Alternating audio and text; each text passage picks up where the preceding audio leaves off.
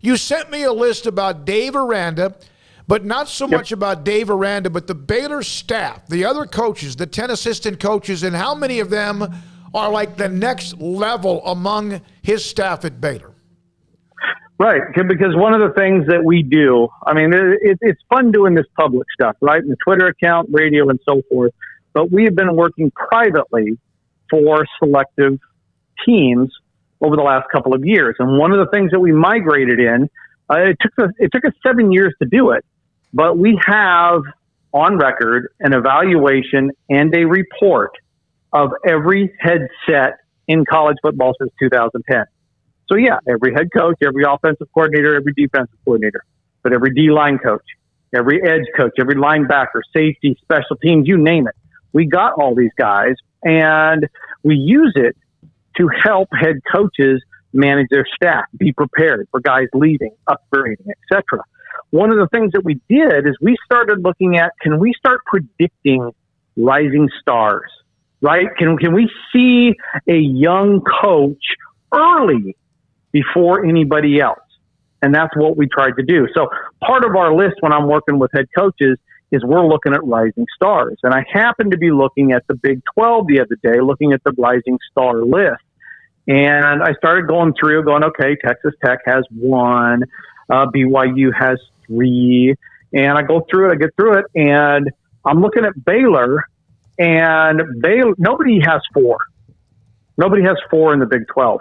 Baylor has 5. And you know, for anybody listening, look, this is completely random. This is just by the numbers. We have over 6,000 coaches, over 27,000 reports on file.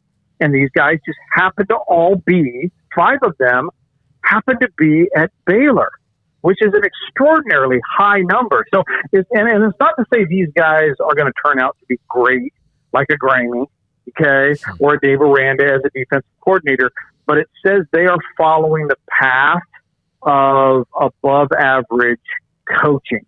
And to have 5 of those guys on the staff, I know all the attention seems to go to offensive and defensive coordinators, but your unit coaches at Baylor, young, pretty inexperienced, but damn if they are, a bunch of them aren't on a really, really good path to be good coaches going forward.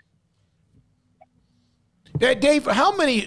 There's 131, obviously Division I or FBS schools. So how many? How many do you deal with? Is this something where you get the data from everybody and you share that with them if they ask? Oh, no, we're exclusive. We're exclusive. See, there's no analytic companies out there. Right. See, everybody servicing college football is a service company because the way we see analytics are an edge. Right? You find something and you don't talk about it. It's like these analytic conference for sports.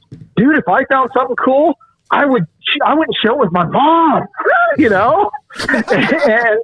and so when we find stuff, when we got into the college football space, we the first path we were on is let's use all our cool services and give it to everybody.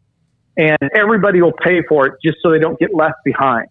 And we're making a whole bunch of money, and we'll be a service company, and everybody will have the same crap. So we'll be PFF and just give everybody the same thing so nobody has anything. But that's not analytics at its core. To me, analytics is finding an edge. So when we work with somebody, at the most, we have 1 client per division.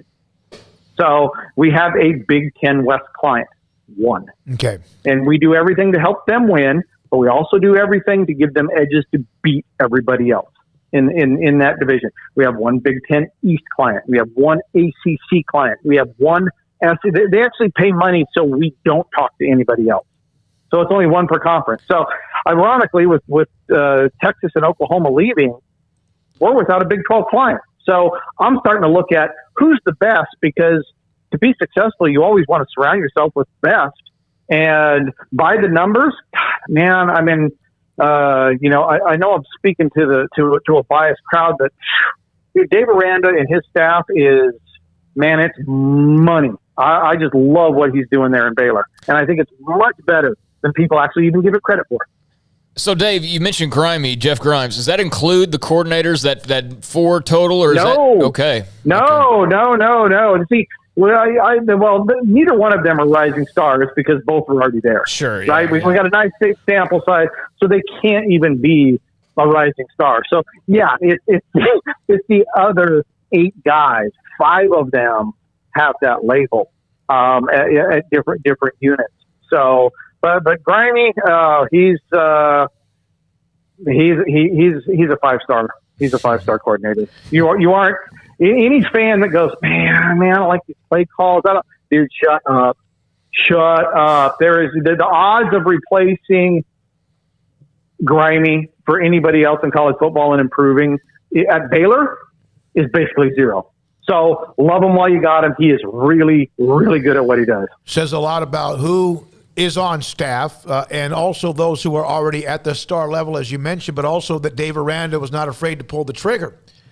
And who he brought in. Right? Yeah. Right? Fedora. That's the coolest thing. See, when he hired Fedora, I'm like, oh my God, that guy sucks.